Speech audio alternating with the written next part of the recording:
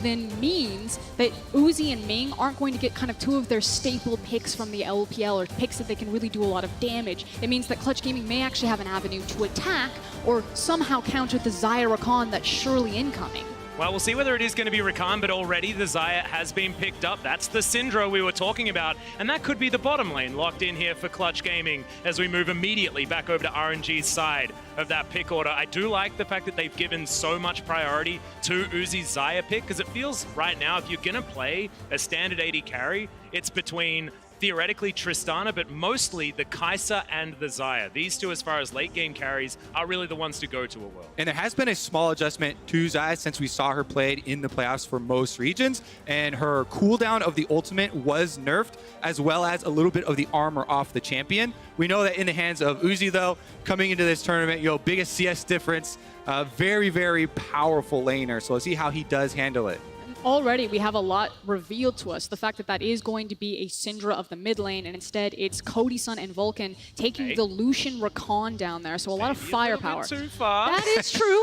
Hooney's in this game. Exactly right. Damonte could also be picking up that Lucian. Certainly a lot of flexibility still available. I think I agree with you, Frosco, as far as that being the assumed place that it's going, but on this patch, you never really can tell until the very last second, and last game certainly proved that for us, and we might have those shenanigans once again as the Kayle, of course, locked in on RNG's side. And as far as Uzi is concerned, could you imagine, like, a champion that's I'm going to say that it is not Uzi, even though we have just seen a bottom lane Kayle. Kayle, right now, for pro players, has played a lot in the mid lane as well as top lane. I'm wondering where to put a Xayah if there's a Kayle in the bottom lane, but you can get excited about these sorts of things. Let's get back to the jungler focus here, though. They take out both Rek'Sai and Jarvan, the AD threats that you're wanting, on the side of Clutch Gaming, for Lyra to have some early impact. Another thing that people have criticized for Clutch, though, is Lyra's reliancy on the Elise as well as Skarner. And Skarner is still available, so that's something they could fall to, but it's not going to be it. They want to turn up the pressure with Nocturne. Vedius would be shouting for a solo lane Nocturne, but I'm going to say this is a high chance of it being a jungle Nocturne for Lyra. This can just be so dangerous, pending what that last pick is for Clutch, however, because you are now giving full reign to Kar'Sa between levels 1 and 5 to just attack this map on a pick like his Lee Sin. He is an incredible Lee Sin player. Well, there's the Blitzcrank locked in here for RNG. That looks like Xayah Blitzcrank will be on the bottom side of the map. Twisted Fate is a huge pick here for either side. That Paranoia plus the Destiny Gate combo is so huge globally. For Clutch Gaming, if they can get it. It is going to be Renekton considered here by RNG, though. They did have an opportunity to pick away that TF if they wanted him. And now Clutch will see whether they pull the trigger on a whole lot of different global options here for their composition, which I would love. They've been very clever at navigating early games, and I think that's going to be even more important against RNG that feel like a freight train. Exactly. The last pick here for Clutch does need to be something that can come online fairly early for them.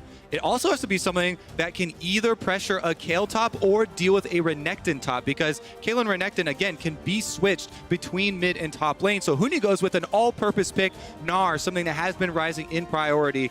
Gnar is very good at being flexible as far as lane phase. You can play up and aggressively, or you can try and sit back in mini form, throw the boomerangs for CS. So it does give them a few more options and opens them up, even if there are a lot of flexes here from RNG. But now that we have a look at both of these compositions, on Clutch Gaming side, it is very much about kind of that level and 2-item power spike. Things like the level 9 from the Syndra, like the first 2 completed items for the Lucian, first completed item for Nocturne, that's their window of power. That's when they want to attack. Whereas RNG have excellent bridging tools in the Renekton and Lee Sin, and then amazing scaling options in Kayle and Xayah. If this game goes the distance, RNG's composition should just muscle out.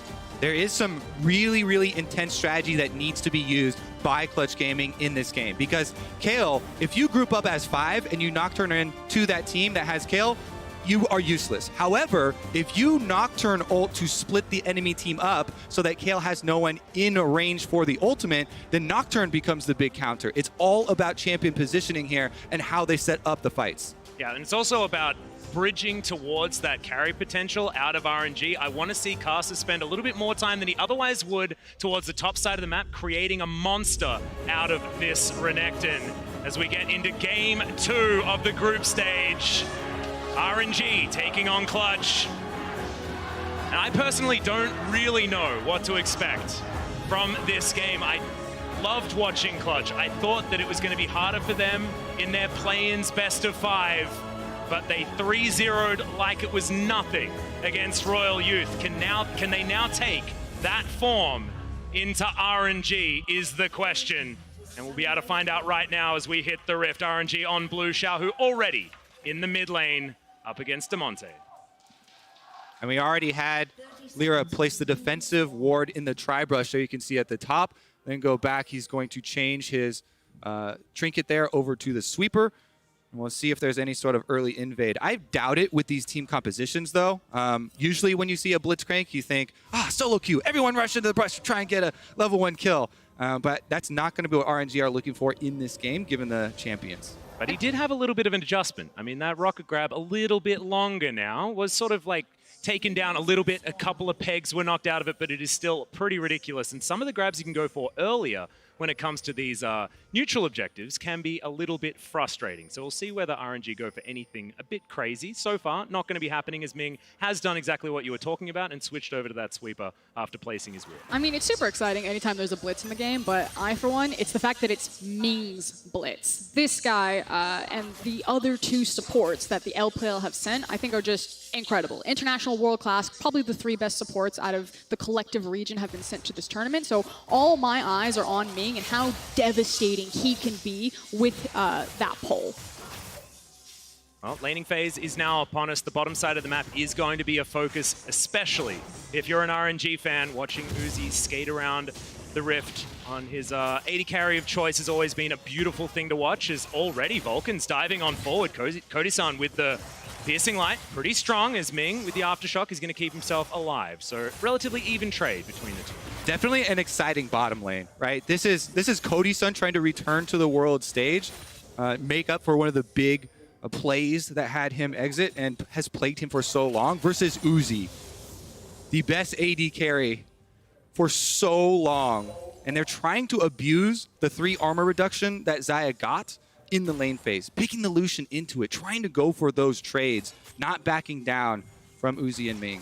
I also think it's really important for Clutch that they're able to attack in their lanes, having things like a Syndra, like a Lucian, like a Gnar, because they need to create space for Lyra. And like you said, Kobe, during draft select, if you really were going to try to target a weakness on CG, a lot of eyes have been looking on Lyra. So it's about, can Clutch protect him till he gets to that level 6, and then start opening up opportunities and plays. But that does mean that Karsa should have the first punch. Yep, this is pretty understandable. Karsa making his way down as there's the relentless pursuit, and Cody gets out of the way of the rocket grab. Top lane, bit of a battle here as Longxing fighting onto Huni. A lot of damage, but in the meantime, in the mid lane, Damonte completely out of mana. Xiaohu trying to chase him down. He should be able to. The next slow will be available relatively soon. Both of them holding flashes as Damonte's moving towards Lyra. The flash comes in. Xiaohu gets over the wall. Now Lyra's in there. The fear is going to proc. It's one more. No, it's not enough. First blood baited so beautifully from Damonte. Guess what time it is? It's Tanner time, Kobe! A huge swing there. We just talked about how important it was that they were going to have to protect Lyra, that they had to be strong in their lanes, and RNG overreach, and Tanner Time closes the gap. I mean, we're memeing about it, Tanner Time. He was just running for his life. No mana on Syndra. He's in the right direction, all right? This is what you call, again, trust in your teammates. Tanner's like, hey, Lyra, I'm coming over. I'm bringing a friend. We've got a Kale that's going to flash over the wall. Is that cool? Yeah, it's cool. I got the smite, and they're going to finish up the red buff. And Xiaohu's like, oh my goodness, I better finish the job here. Damonte getting into the brush, the fear proccing at just the right time. So much tension in this early game play. Oh man, that was an epic bait on Damonte's side. That's all I'm going to explain it as. Definitely nothing up to chance in that moment whatsoever, as RNG do have the push here towards the bottom side of the map. Probably not something that Xiaohu's going to be too upset about. Not having a flash is I'd be pretty upset. I should be very upset about that, actually. Well, I mean, theoretically, yes. However, he's Kale, so he's going to be okay, is what I'm saying. Yeah, I agree with your assessment if he can bounce this wave. But if it stays locked here and Lyra gets level 6 and Xiaohu still doesn't have access to flash and he's looking across from a Syndra, that actually then is very punishing, because you overreach so much to try to get the first blood, and then you can be punished again when Nocturne decides to ult you. And game state continuously has to be reevaluated here. Two things happened there. Not only did Damonte get the first blood money, he got the extra experience for it and didn't have to use teleport to get back to lane. Xiaohu has had to use both summoners here. So the Kayle already having to deal with a deficit, and it looks like Clutch Gaming will use that extra pressure to team up once again, go for the deep invade, and try and cut off the bottom lane to open up Cody, Sun, and Vulcan to continue doing their work, try and play aggressively down there. It's going very poorly, though. Uzi is slamming them in CS so far, with just the one kind of pass by for Karsa. Even though the hook didn't land, it did make Cody, Sun, and Vulcan back off the wave, and they have subsequently lost quite a bit of CS. Well, Karsa's actually towards the top side of the map. Huni looking for that hyper proc, will get the extra movement speed, but the stun is going to land, and Karsa immediately puts Huni in the ground. Teleport now he's going to come through, and Damonte finds himself 1 versus 2. He thought his Gnar was going to survive. The scat of the week is pretty good as Lyra is eventually going to turn up, but there's the Ruthless Predator, and there's Longxing picking up another one on the top side for RNG. Yeah, you cannot cancel teleports any longer, so Damonte trying to protect his top laner there, starts to teleport for Huni, but he gets bursted down in mini form.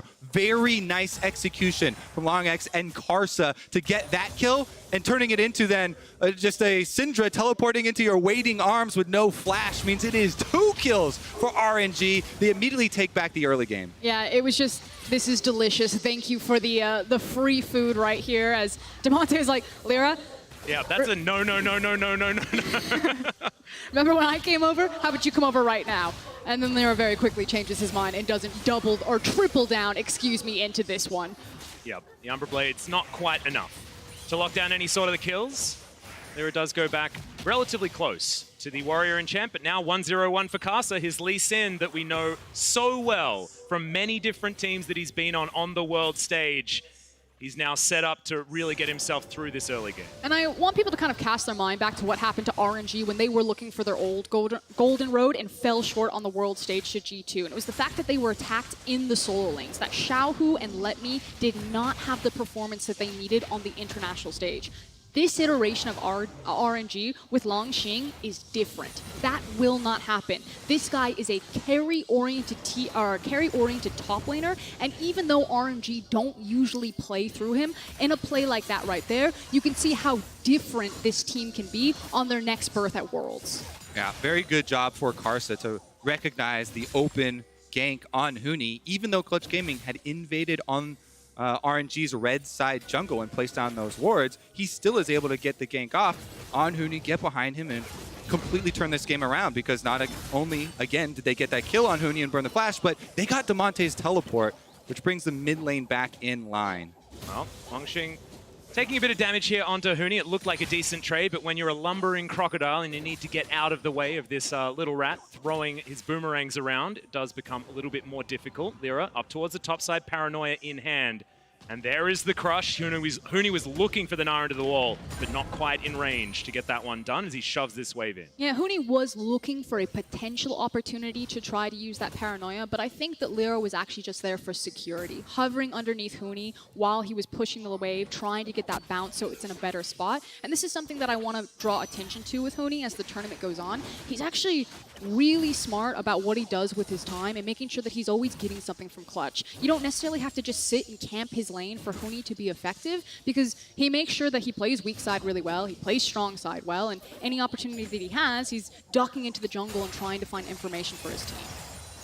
Now you can see Karsa has moved ahead of Xiaohu, who was sitting at second on gold despite the little mishap in the earlier stages of the game. He does have the Kleptomancy, so will have a bit more money, but Damonte still has the most money in the game. Karsa was also just seen on a ward, so Clutch Gaming know that he is top side. They have a good 30 seconds before he gets back out onto the field, and I like this call. They're trying to actually use that information.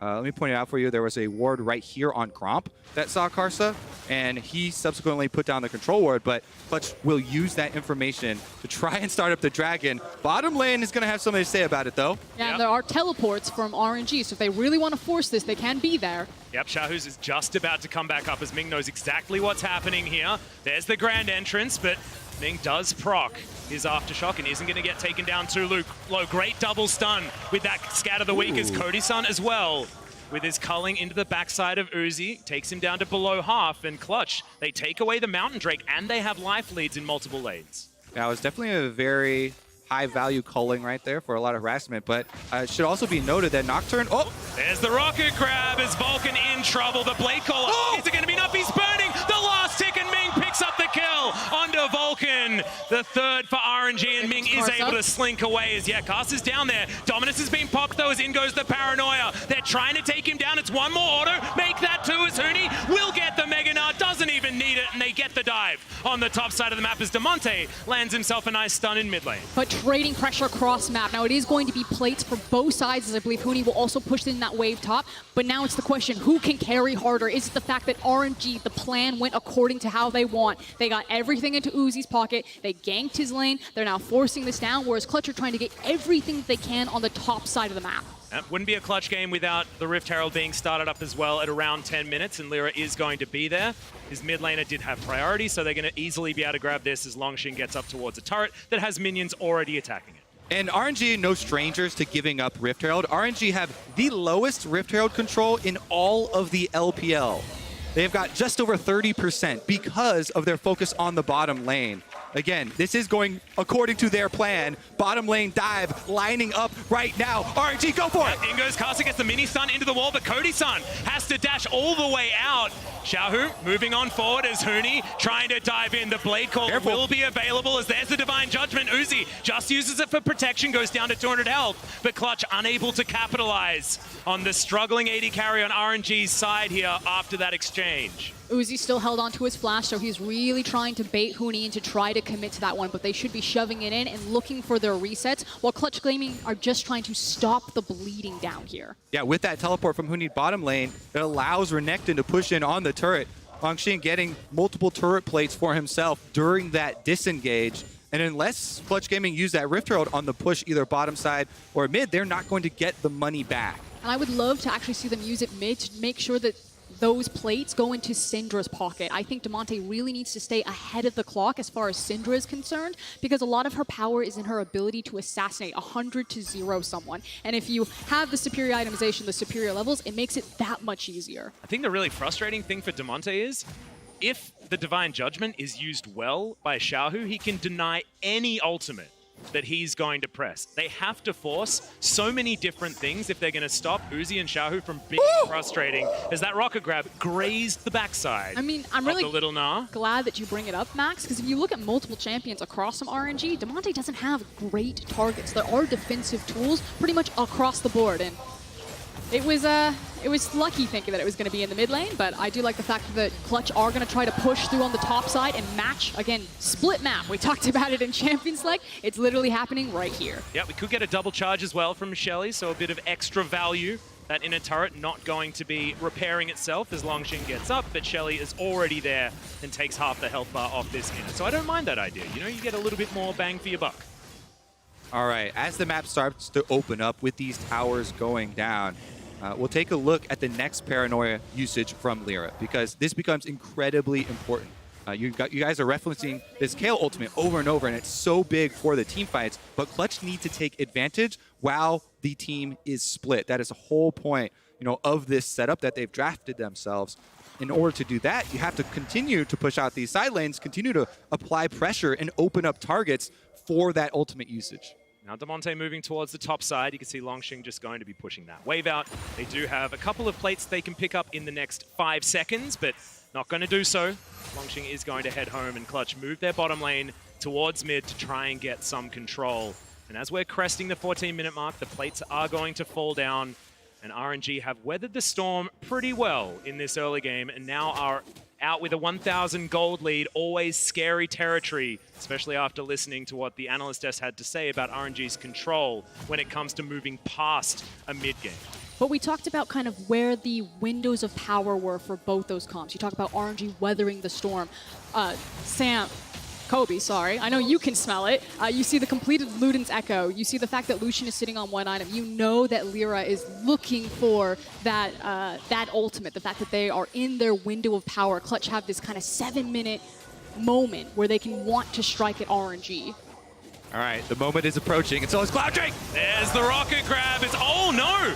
It is going to be the ultimate utilized, so the Blitzcrank stays alive for so incredibly long, and Huni couldn't even get the ult off. There's the kickback though, they're trading! It is going to be a lot of damage. Dustspring is going to finish it off there, but Lyra sacrifices his life. It's 1-for-1 when it comes to the junglers, but Huni was for free at the beginning.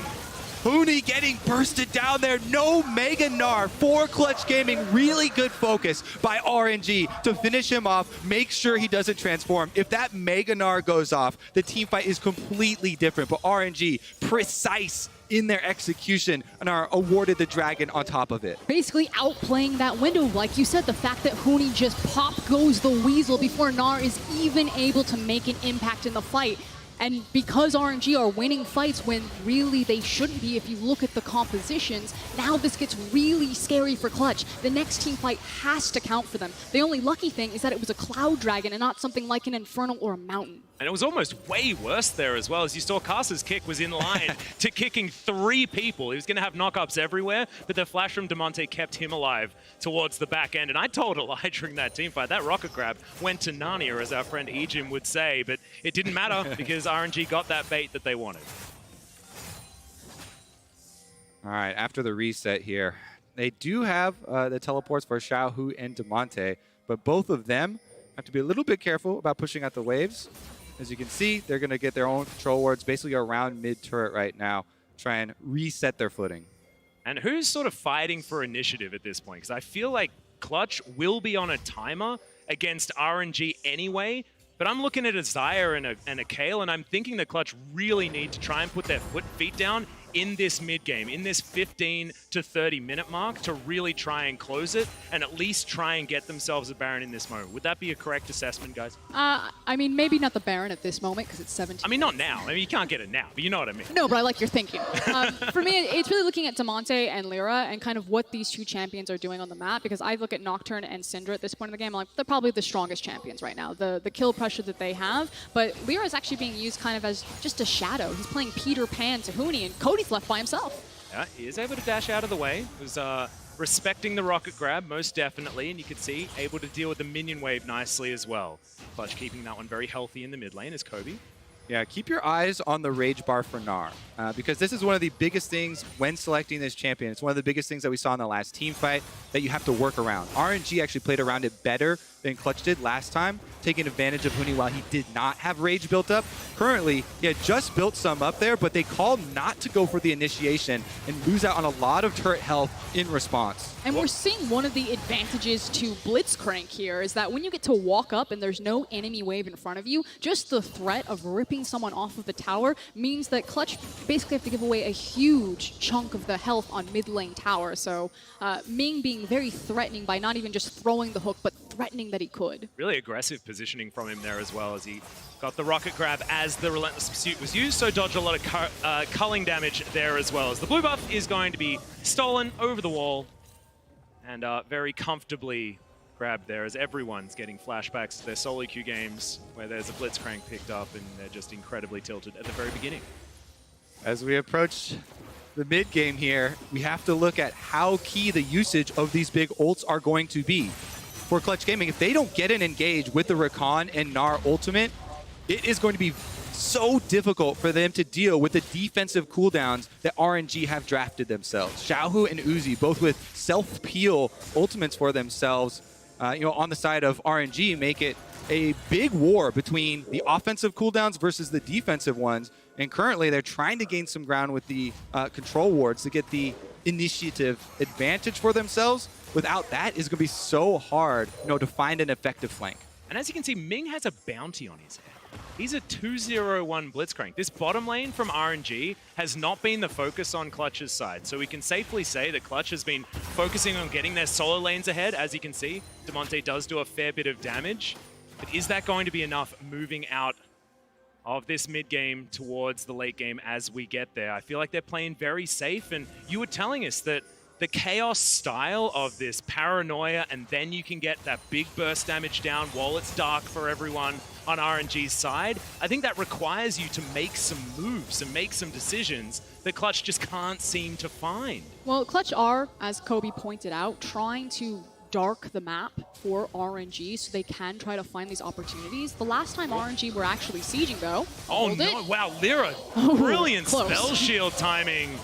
As that sweeper almost turned the lights out for them as well, which would have been ironic for a Nocturne, of course. But RNG are going to be okay. There's the flash rocket grab. Ming is going to miss it. As now Huni with that Mega Gnar available. Not a time that RNG really want to fight, but it looks like they still kind of want to. They're just going to wait out the Mega Gnar. So RNG see that Huni has gone into Mega Gnar. They're now just going to disengage. As soon as he drops, then they're going to poke in their head and look for another engagement. So Clutch, if you're going to take this, you better take it now. Yep, this could be the timing that they're looking for, as Huni is going to run out of that Gnar bar, and now RNG feeling a little bit more safe to group up as far. They are going to do so. Don't find the rocket grab once again, does Ming. Everyone seems to have an ability to move out of the way of that one. I think he's got to start focusing on Demonte with the rocket grab. I think he's the least mobile. Yeah, trading flashes Blitzcrank for Syndra is always worth it, because now the Syndra is going to have that reliance to be able to get out next time. It looks like they're going to give up the Dragon here for RNG and opt for some turret gold for Xiaohu instead. They really want to fund this Kale. Again, going for the Nashers into Rage Blade build, already level 11, is going to be a big threat for the team fights. Only 4 more levels to go. One of the key differences between RNG and other LPL teams is their ability to trade objectives. We think about LPL teams as always looking for the fights, but RNG will always wait objectives if they want to fight for them. And in that case, when you lose vision control over a Cloud Drake, but you see that you have complete control over the top side of the map and the tower, they'll always go for that. So they are much more a controlled, macro-oriented LPL team than some of the other teams at the international stage is used to seeing. That being said, speed is utilized by the Clutch Gaming draft very well here. If they can get Huni into position with the Gnar quick enough to be able to use that effective ultimate, then that could be a game changer for them. Still though, RNG continue to stack up that gold. They continue to move ahead, and their scaling is getting so difficult to deal with. The Rage Blade now completed for Xiaohu on Kale. So the big scary moment for Clutch fans is when Uzi completes third item, and of course Kale is level 16. So that window is getting very close to shutting, and you can almost feel kind of the desperation coming from Clutch as they are trying to problem solve how to get a foot back in this game. Because so far, they've been stalled out for a very long time by RNG. Ming gonna just keep throwing out hooks as well. Blitzcrank, there's not off cooldown. Yeah, there's not a big downside to continue to move up and throw out hooks. And that's all that RNG need, is one good one to land to force the engagement.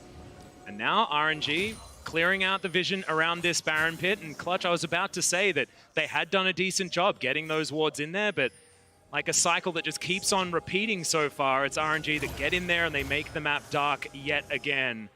And now Clutch sort of relegated to hanging around in this mid lane, and there's the silence, but not going to quite be there on the rocket grab. Excellent combo there, not to throw the Q first, but instead try to tag with the silence to make sure that Rakan couldn't move out of the way. And just by the hair on his chin, Vulcan gets out of that one. His chinny chin, you might say.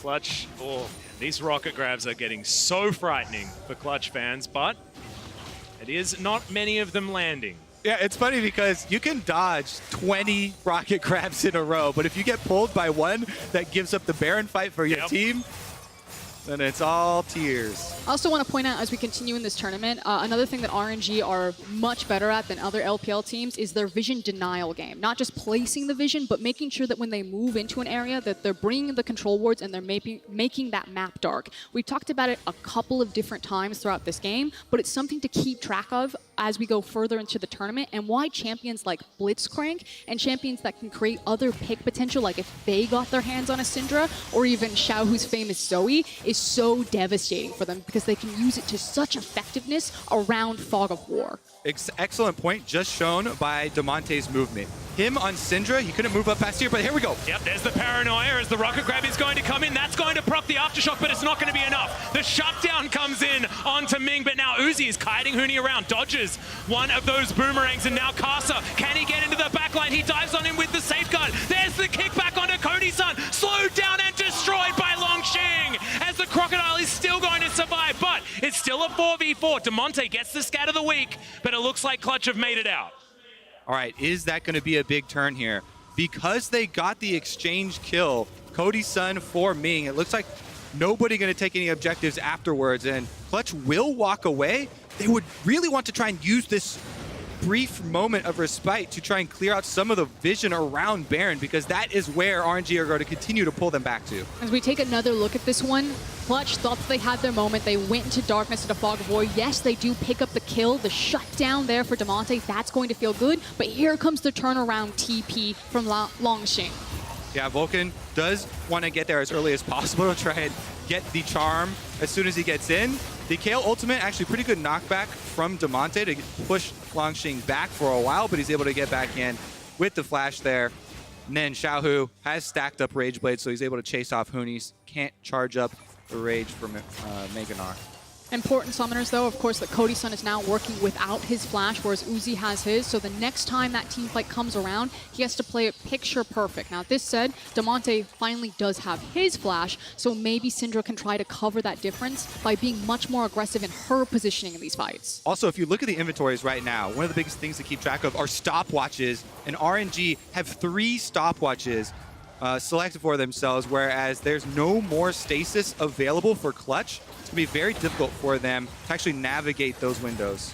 Clutch now trying to play around Ming, making sure they have minions in the way so these rocket grabs aren't going to land. They're forcing. pinging the Baron, yeah. Yeah, another Cloud Drake going to be taken, but if this is traded for a Baron, definitely worth it here for Clutch. Again, Hoonie's going to run out of Meganar right now, and after you run out of Meganar, you're starved for Rage. You can't generate any more for a while. That's going to give RNG the Drake as well as the positioning on mid lane. They don't have to go to the Baron. They're going to try and force on the tower and dare Clutch to start it. Well, looks like they have. As you can see, the Baron has been started. The rest of RNG are going to move on over. It's very dark in that pick, but it is going to be a 50-50. Can Casa get on in there is going to be the question, as now the rest of RNG in position. The turn, there's the quickness. The burn, is it going to be enough? Yes, onto the Blitzcrank, but can they find the team fight? Lyra gets in, gets out again. The flash now from Huni, but doesn't get the stun onto Longxing, and now Xiaohu, a gigantic beast, has found himself 2 stragglers, and the divine judgment onto Longxing means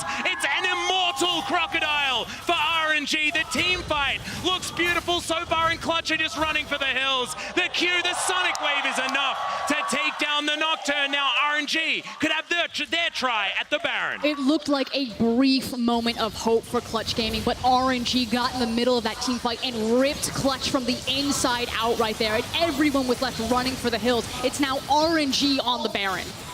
Here we go. Clutch Gaming coming around to answer. They don't have a smite. Their only hope is maybe Damonte stealing it over the wall with a Syndra burst. Yeah, certainly does have a fair bit of damage as Longxing gets over the wall. 3 members of Clutch there to greet him as Casa locks down the Baron. Can they find a team fight? Looks like no, as Clutch keep 3 alive. Karsa's the Beastmaster. If he's in the pit, he gets the monster. Okay, got it.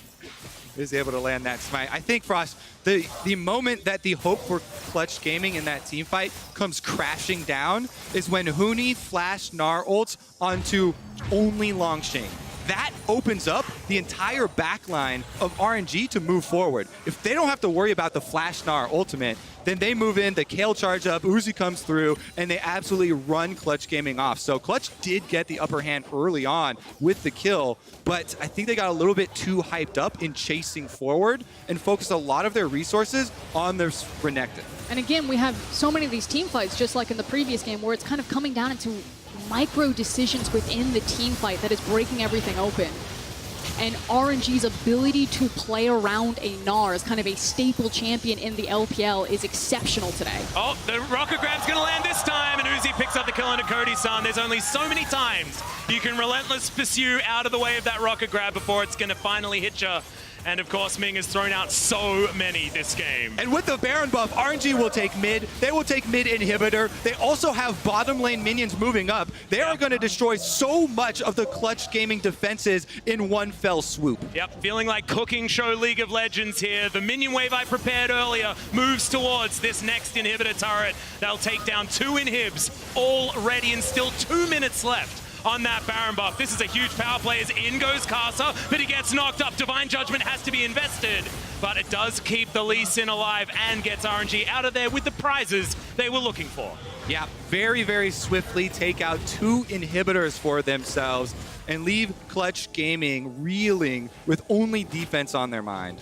It's now a 10K plus gold lead in favor of RNG. We talked about it at the beginning that their composition really runs away with the scaling now that they have level 15, soon to be level 16 Kale, and 3 items plus defensive on Uzi Zaya right now. This feels pretty buttoned up from RNG. Yeah, I was going to mention that actually before, but we didn't really get a chance. There was too much fighting, too much sieging going on. We had to check out that last team fight, but Uzi's items are... yeah, they're pretty impressive at this stage, and it looks like we've crested the top of this volcano that is RNG's start to Worlds in 2019. As far as that gold graph is concerned, rest of the team now, we still do need to cross the T's and dot the I's on RNG's side. Clutch could try and pull something out. They're not called Clutch for nothing, but it's looking really difficult. And as Kobe's been talking about in these team fights, it's all about Huni. Can you get that 5-man Mega Gnar? Can you just immediately burst someone with the Nocturne and the Syndra on his CC and playing around this Rage Bar? So there's Mega Gnar again. Can they find the fight they're looking for? Yeah, look at the countdown on that Rage Bar. Clutch, this is the time that they have for trying to engage a fight. They really can't do it without Huni and his CC available, and it looks like it's worn off. They're just going to dive on underneath. They know exactly what the thing is here as Ming throws out his ultimate Divine Judgment on him this time, as well as Demonte delivered to RNG with a bow on top. Down to the GA as well is Lyra, as the rest of the Clutch Gaming squad are running towards the fountain. I don't even know whether they're safe there as the minions, there are so many of them knocking down these Nexus turrets. RNG making a statement in their debut game at Worlds 2019 will destroy the Nexus and join SKT as 1-0 in this group. RNG coming out looking very strong here. Zaya bottom lane for Uzi, mid lane Kale as well, scaling up and adding to that security that they know they can rely on later. And they didn't have to change anything. This is the RNG that we saw domestically in the LPL, and it's the RNG that makes its birth now on an international stage. And this is a team that it feels like at least the global community is not really focused on. It's all FPX, it's SKT, it's G2. It's IG, you know, this is RNG coming in as sort of the third thought from China. FPX with so much of that excitement and anticipation around Doinby making it to Worlds, and somehow it's RNG that's feeling like the third fiddle from China, which is just insane. Given the pedigree on this roster, China looks very, very scary, and I don't think people are going to be sleeping on RNG for much longer after that performance. But I do want to say, guys, RNG were allowed to play exactly the game that they wanted to, and I'd expect that other teams here at this tournament will not let them just comfortably